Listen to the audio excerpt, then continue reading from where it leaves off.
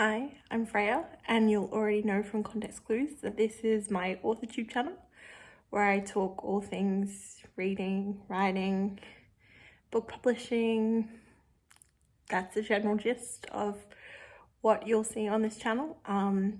This video is actually a chatty sit-down video, not a vlog, and it's in response to one of my lovely viewers who left me a really comment that made me stop and think there are a lot of things I want to say about this, and maybe it'll give you more insight into me and my writing process, and kind of you'll gain some golden nugget of knowledge that'll help you in your own creative projects. So get cozy, sit down, or I listen to a lot of YouTube videos while I'm walking, so maybe you're doing something else and you have me chatting away in the background.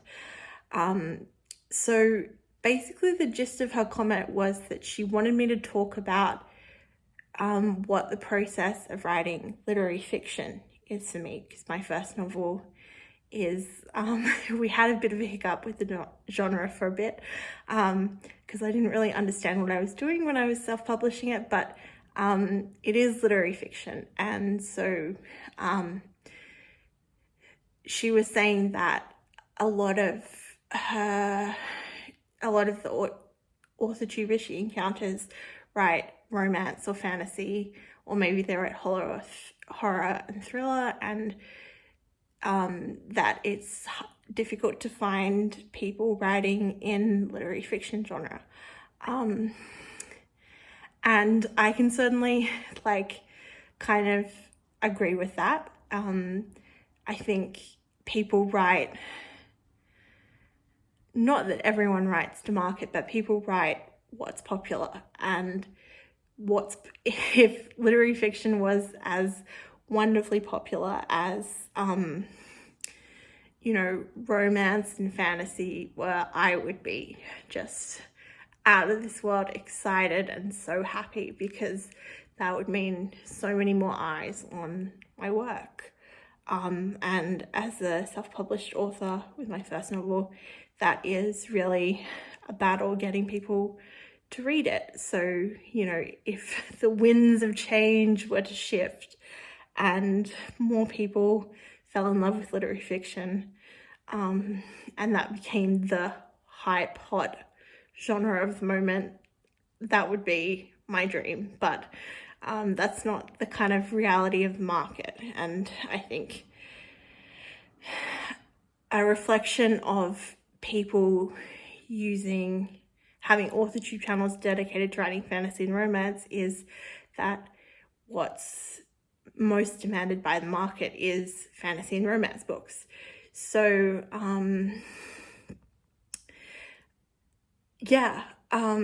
that was my first thought on that comment. And I guess this is where I'm going to lose my train of thought and this video is not going to work. Maybe I need to collect myself and come back. Okay, I'll just talk through it. And then I can edit this and cut out this bit. Hang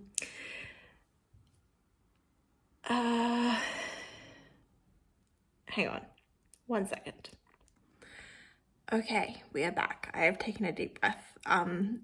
Talking on camera is still such a work in progress for me, and I wouldn't say I'm completely over the tongue-tied, not know what to say sensation, and maybe you can tell that, but yeah. Anyway, so the first part of the list of questions I got was how I made the choice between self-publishing and traditional publishing for my first novel. So for those of you who don't know, this is my first novel, First Do No Harm. I published it in April of 2024, and it is self-published. I think the biggest thing people say when they talk about the choice between self-publishing, when they choose self-publishing, is that they wanted control over the process, the product, some element of the production. And for me, when I want to give a quick reason, that's the reason I give. But it really is a lot more involved than that. One thing about this novel is it is quite short.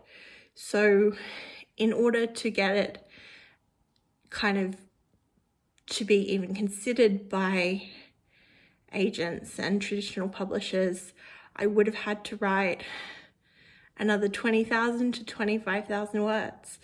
And I worked on this book for a long time, but it's not in my nature to write things, to overwrite things. I tend to, if I'm going to do anything, I underwrite, not overwrite.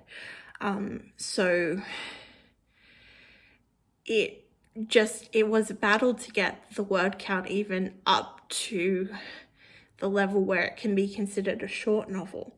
I was kind of going over and over different sections, trying to pull things out, trying to look for places where I could add a chapter or a half a chapter or a scene.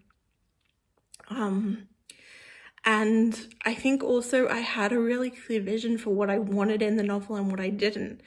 And once all of those things were kind of written in a way that satisfied me, I kind of didn't have further things I wanted to add. I wanted this to be a very, I wanted the core story to focus on April and her journey. I didn't want to add in too many outside elements or other characters. And a lot of what people have said is that April feels very central to the novel and she feels very lifelike and kind of authentic, but the other characters kind of feel like ghosts in a way, and I like that aspect of it. So it wasn't really long enough to be traditionally published was one thing, and then even if I had worked on it for X amount of time and been able to add all those words, it was so close to my heart and such a, I spent days going to the keyboard and crying over this novel. I really felt it as I wrote it. So the process of having to edit it with someone else and having someone else say, I want this, or can you do this? I just wasn't that willing to kind of acquiesce, and I don't know how much I would have had to do that if I had pursued traditional publishing and if I had gotten an agent, if blah, blah, blah, blah, blah. But I wasn't that willing to edit it, and I think with traditional publishing, you do really need to be willing to kind of go with the vision that your agent has, and then ultimately go with the vision that the editor that picks up your book has. And I wanted to do it on my own. I mean, would I have been more successful if I had followed that traditional publishing route? Probably would have sold more copies. But I'm not unhappy with the novel where it is and it reaching, people who still appreciate it and find it. My arm is getting tired, so I think I need to move my camera position and then I will keep talking. Okay, we are back. My arm is refreshed.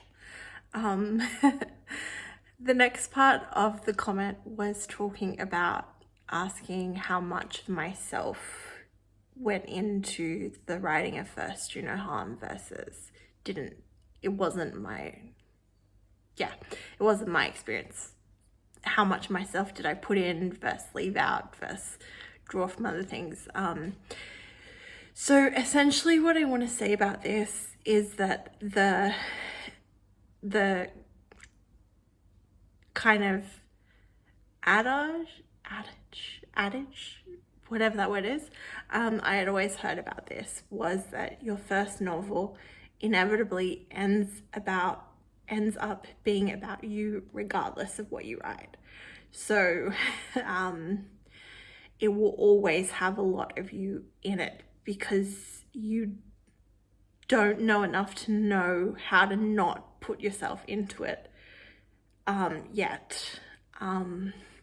So I kind of took that as my permission slip, I guess, to write in a way that was very close, very personal. I mean, it's all told in first person. It draws on stuff I've experienced in my life. It's not all, like, it's fiction, but it is very close, and that is, writing something like that is a double-edged sword in a way, because it is a very harrowing thing to do, to pour your wounds out into your laptop, and kind of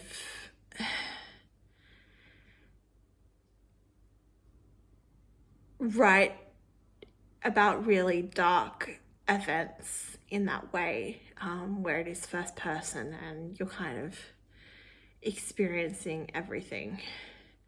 And that meant that the novel took a very long time to get finished, and some of the writing process was getting up in the morning or doing whatever I had to do that day and coming to sit at I wrote that all on my big computer, coming to sit there and being like, I can't really write it today. It hurts too much, it's too close.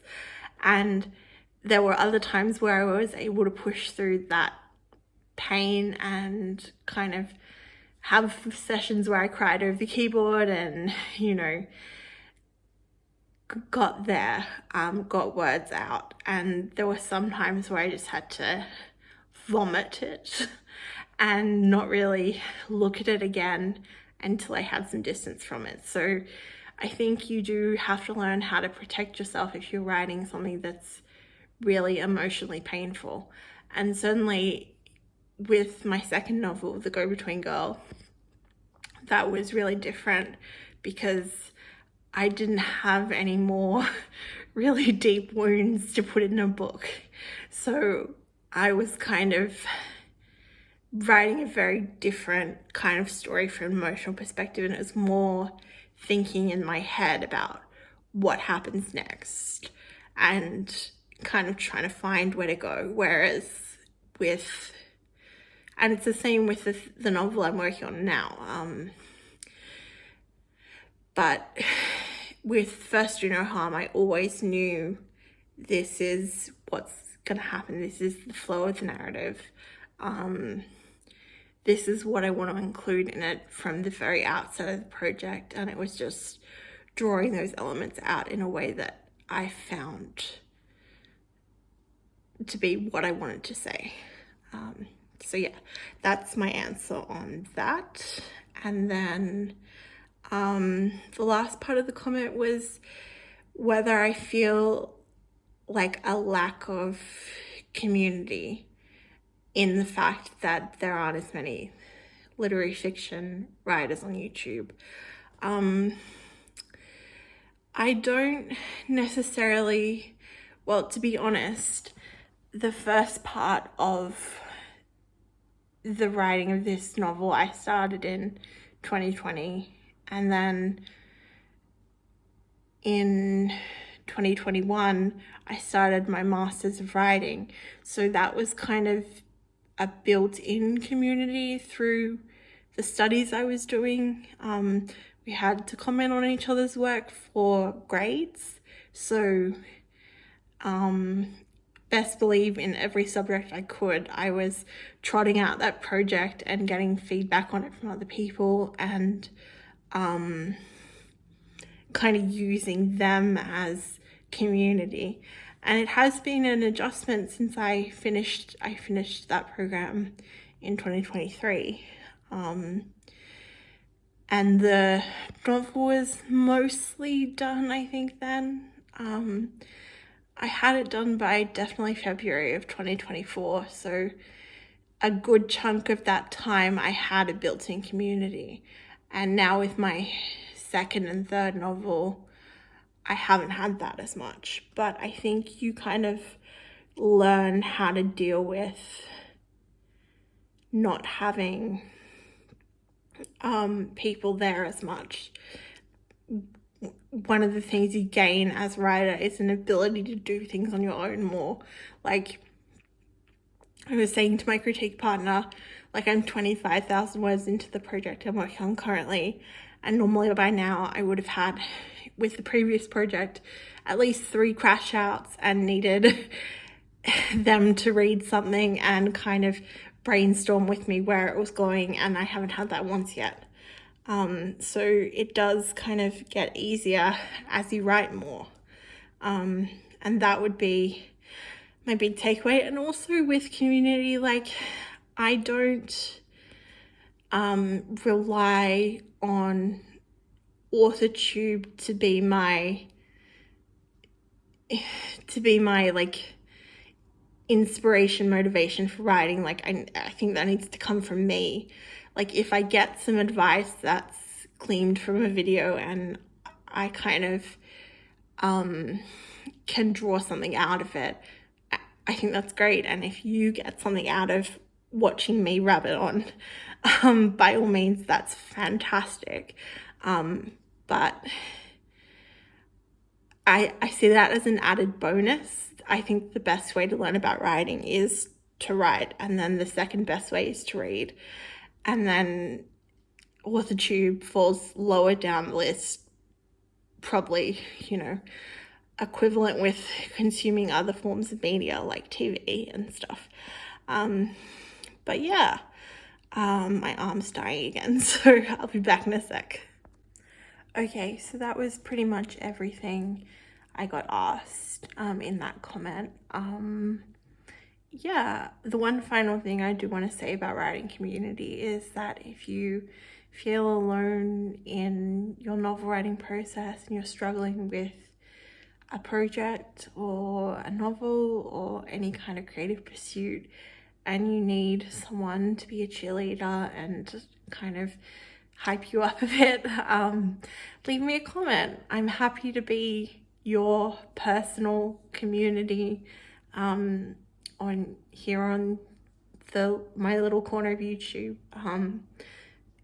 Getting comments from you guys is really nice and a nice part of my day, and it always cheers me up, and I'm always happy to reply to things.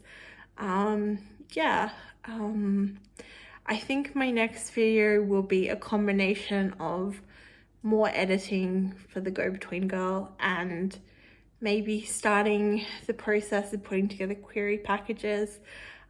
So if you're interested in following along in that kind of aspect of the journey, or you'd like to see another video like this, you'd like me to talk about more things, leave me a comment, subscribe, like the video.